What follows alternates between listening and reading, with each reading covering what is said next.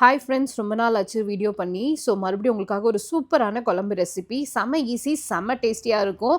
குழந்தைங்களுக்கு லஞ்ச் பாக்ஸுக்கு கொடுத்தீங்கன்னா கண்டிப்பாக காலி பண்ணிட்டு தான் வருவாங்க. அவ்வளோ டேஸ்ட்டாக இருக்கும். எப்படி பண்ணுறதுன்னு பார்க்கலாம். ஒரு பேனில் எண்ணெய் விட்டு கடுகு வெந்தயம் போட்டு பொரிஞ்சதுக்கு அப்புறமா 10 பல் சின்ன வெங்காயம், 5 பல் பூண்டு போட்டு அதையும் வணக்கிடுங்க.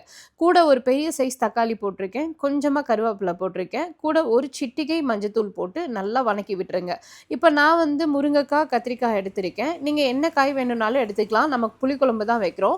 நான் இது கூட நைட்டு ஃபுல்லாக கொண்டக்கடலை ஊற வச்சிருக்கேன் 1 கப்பு. அது ஒரு 4 விசில் விட்டு எடுத்துட்டேன். அந்த தண்ணியோட இந்த காய் கூட சேர்த்துக்கிறேன். பச்சை வாசனை போகிற வரைக்கும் கொஞ்சம் வதக்கி விட்டுருங்க.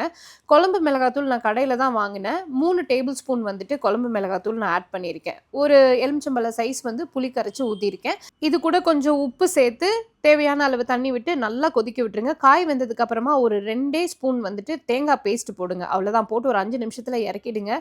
செம்ம டேஸ்டியான புளிக்குழம்பு ரெடி ஆகிடும். குழம்பு கூட மத்தியானம் காய்க்காக நான் கொத்தவரங்காய் பொரியலும் பீக்கங்காய் பொரியலும் பண்ணியிருக்கேன். ஸோ குழம்பு சூப்பராக இருக்குது. கண்டிப்பாக ட்ரை பண்ணி பாருங்கள். உங்கள் குழந்தைங்க விரும்பி சாப்பிடுவாங்க. ட்ரை பண்ணிவிட்டு எப்படி இருக்குன்னு கமெண்ட் பண்ணுங்கள். அடுத்த வீடியோவில் பார்க்கலாம். பாய்.